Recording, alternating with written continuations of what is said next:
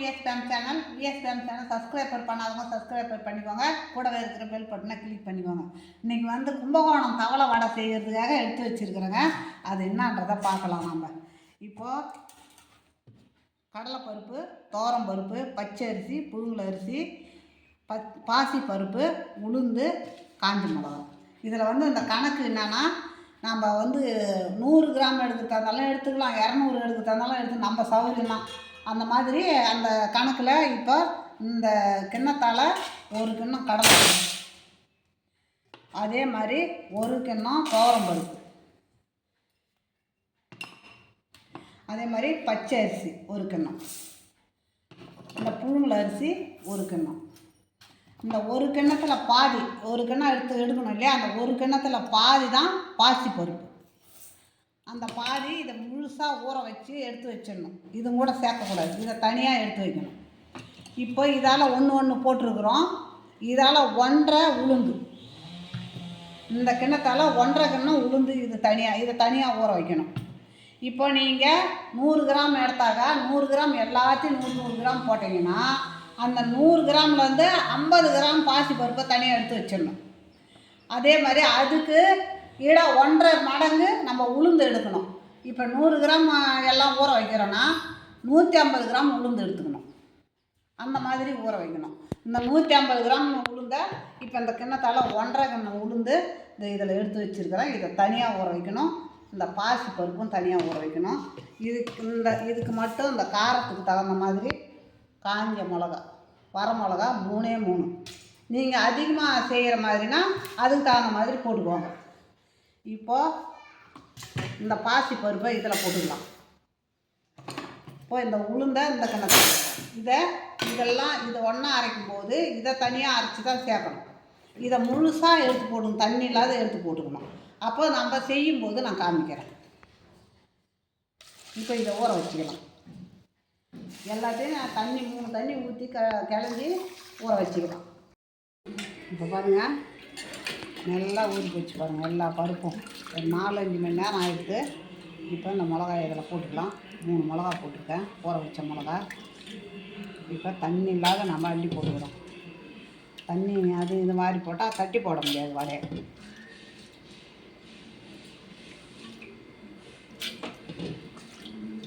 உளுந்து அப்புறமா அரைச்சிக்கலாம். பருப்பு அரைக்கக்குள்ளே நம்ம உப்பு போடக்கூடாது, நம்ம அப்புறமா போட்டுக்கணும்.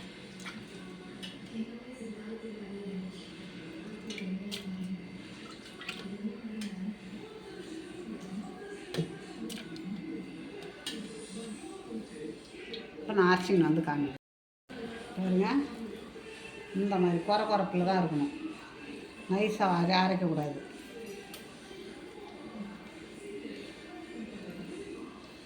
இப்போ நம்ம உளுந்தை போட்டுக்கலாம். உளுந்து 1.5 மடங்கு போட்டோம்ல, அந்த 1.5 மடங்கு உளுந்தை இப்போ நம்ம தனியாக அரைச்சி தான் சேர்க்கணும்.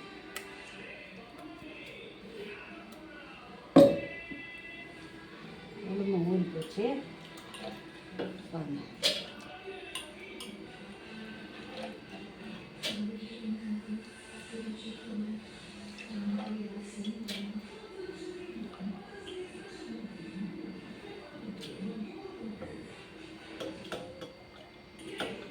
அதுவும் தண்ணி விடாத அரைச்சிடணும். மாவு அரைச்சி வச்சு பாருங்கள். அந்த தட்டில் தான் நம்ம அரைக்கணும், ரொம்ப தண்ணி ஊற்றக்கூடாது.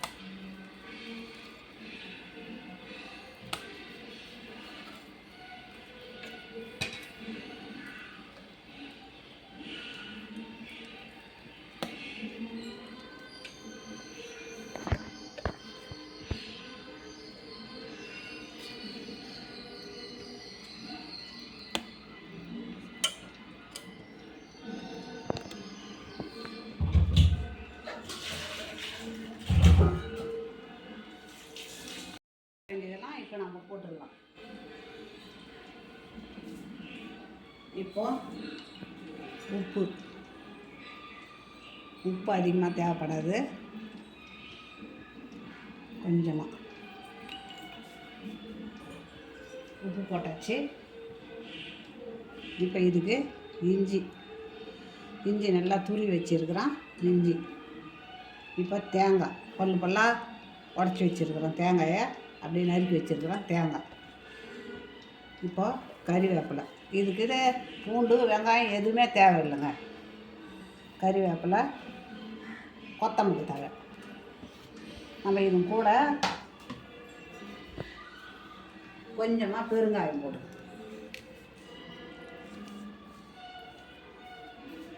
அவ்வளோதான். இது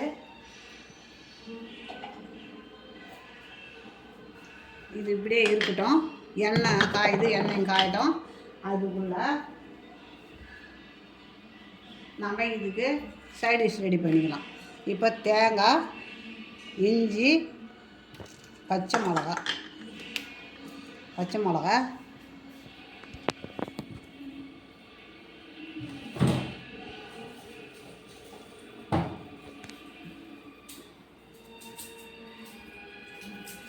இப்போ பூண்டு பல் ஒரு 2, சும்மா உரிக்கவே வேணாம்.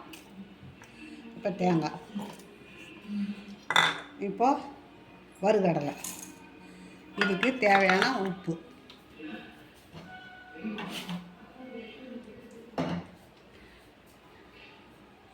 இப்போ இதுக்கு தேவையான உப்பு. இதுக்கு இந்த தேங்காய் சட்னி தாங்க அவ்வளோ சூப்பராக இருக்கும்.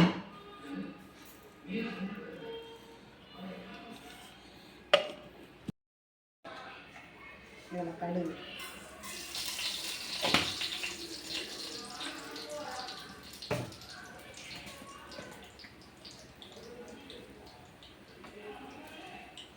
ஜீரகம், காஞ்ச மிளகாய்,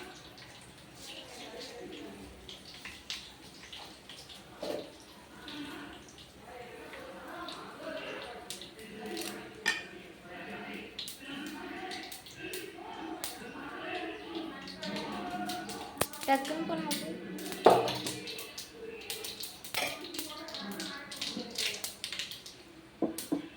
இப்போ கறிவேப்பிலை,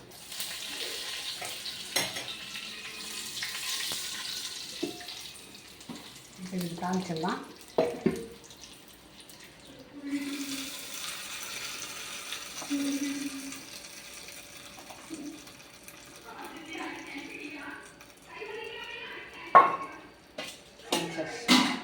இப்போது இந்த சட்னி தாளிச்சாச்சு. இப்போ நம்ம எண்ணெய் காய்ஞ்சிருதான்னு பார்க்கலாம். கொஞ்சமாக போடும், இன்னும் கொஞ்சம் காயணும். இப்போ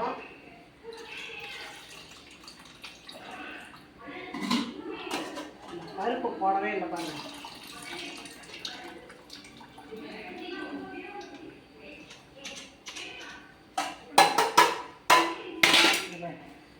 பருப்பு போடல பாருங்கள். இந்த பருப்பு போட்டுக்கலாம் தண்ணி இல்லாமல். இப்போ பாசி பருப்பு ஊற வச்சேன் இல்லையா, பாதி எடுத்து அந்த பாதி பாசி பருப்பு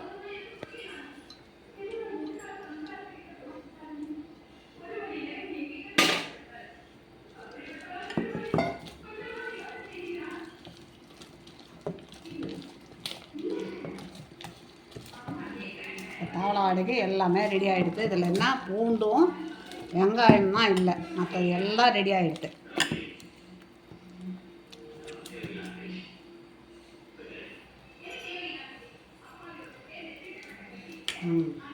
எண்ணெய் காய்ஞ்சிடுது. நம்ம அப்படியே தட்டி விட வேண்டியதான். கையால் தட்டி விட்டாலும் விடலாம், நம்ம எப்படி வேணாலும் தட்டி விடலாம். இதுக்கு மேலே தண்ணி விட்டால் வடையாக நல்லா இருக்காது.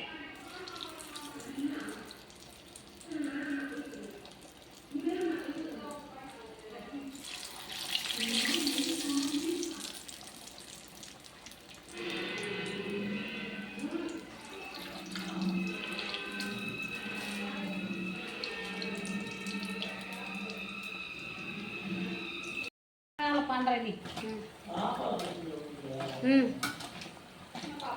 இப்போ வெந்து போச்சு பாருங்க. இப்போ நல்லா வெந்துடுது. இப்போ இந்த வடையை இப்படி அண்டிக்கலாம். தவளை வடையை